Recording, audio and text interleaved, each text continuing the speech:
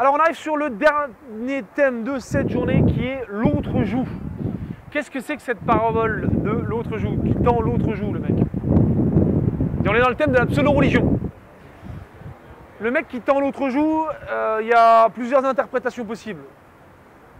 Il y a de l'insolence. Le mec est insolent, il s'en prend une, il retend l'autre joue. Un peu taquin.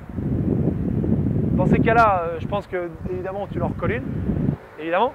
T'es insolent, t'en veux une. C'est comme ça qu'on soigne l'insolence, de nos jours en tout cas. Ça, c'est la première interprétation.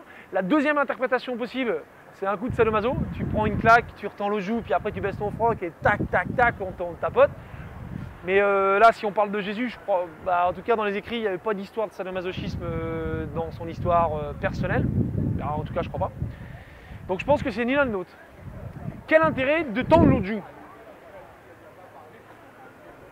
À l'époque, il y avait de la spiritualité, ok? On essayait d'expliquer Dieu, les religions, tout ça. Donc, quand tu as un tant soit peu de spiritualité, normalement, quelqu'un qui te donne une claque, si tu lui tends l'autre joue, et que le mec est dans l'instant présent et dans la béatitude, il devrait réaliser par lui-même que de te refiler une deuxième baigne, ça ne change pas la donne.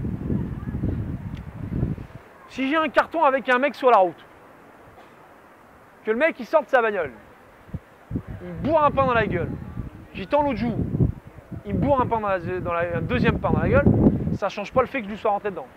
Et ça ne va pas signer le constat plus vite. Donc logiquement, quand tu tends la joue, la deuxième, tu mets l'autre face à sa propre réaction, à la façon dont il réagit dans... Si je te dis, il a un tant soit peu de spiritualité, normalement, il doit se dire, bah ouais, mais là, ça n'a pas de sens. Donc, il ne te le donne pas. Normalement, c'est ça. Bon, alors, là, je vous dis tout ça, hein, mais l'autre joue, c'est juste expliquer le truc. Si vous le faites aujourd'hui, évidemment, vous allez vous en prendre une deuxième. C'est évident. Parce que l'homme moderne, il est pas, tu vois, il est consommateur. Donc, consommateur, on est plus proche de l'animal que de l'homme. L'homme, c'est un producteur, c'est pas un consommateur. Il est consommateur, mais il produit en partie ce qu'il consomme.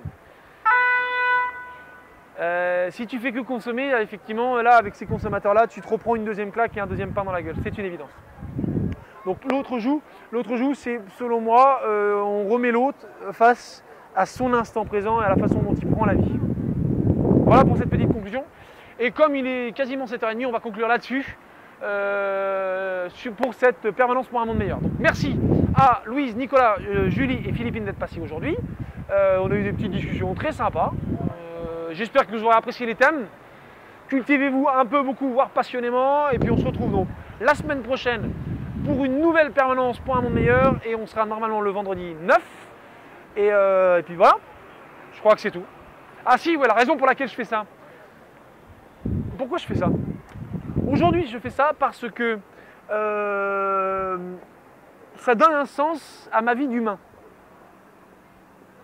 Vous allez bosser, le fait de bosser donne un sens à votre vie professionnelle.